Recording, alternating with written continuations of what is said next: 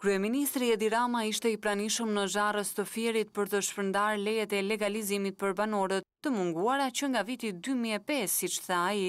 Rama premtoi modernizimin e shërbimit të hipotekës, shërbim ky që sipas tij shpesh është kthyer në çështje favoresh. 190 leje nga 234 që i dha këtu qeveria vjetër janë kthyer mbrapsh. Janë kthyer mbrapsh sepse rezultojnë me mbivendosje hartash në zyrën e regjistrimit pasurisë. Ta modernizojnë plotësisht hipotekën, ta digitalizojnë plotësisht dhe mos jetë më një histori personale apo një histori favoresh. Duke vënë në duke shpërndarjen e 42.000 leje legalizimi brenda një viti nga qeveria, Rama akuzoi Partinë Demokratike që sipas tij në 8 vite shpërndau vetëm 21.000 të tilla. Pjesa dërmuese nuk ishin shtëpi, po ishin godina ekonomike.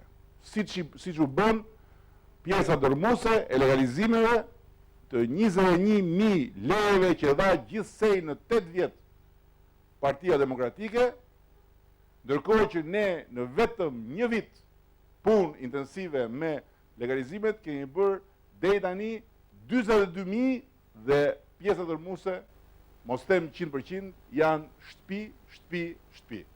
Një tjetër çështje prekur nga Rama ishte dhe punësimi. U bë Olimpiada. Di çfarë më ka thënë kryetari i bashkisë? Po mos ishin shqiptarët, bënim dot. Punën që kemi bërë për të bërë gati Olimpiadën. Gjithë të ndërtim, gjithë infrastrukturën, ishin kryesorë. Sallar, drejtues kanceresh, punëtor,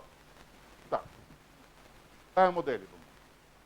Dhe kjo është rruga, jo rri edhe qau, edhe rin kafe, edhe vër baste, edhe prit të vi kulturia nga Cristiano Ronaldo. Edhe të shpëtojnë nga puna, të bëj gola Cristiano për ty.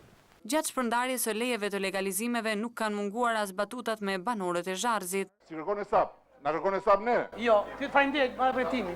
Marrë premtimin. Nga Rushdia. Shumë të falenderoj. Hajde ta gëzosh edhe votën vazhdo atje e votën. Faleminderit, falenderoj juve që mbajtët fjalën për legalizimet.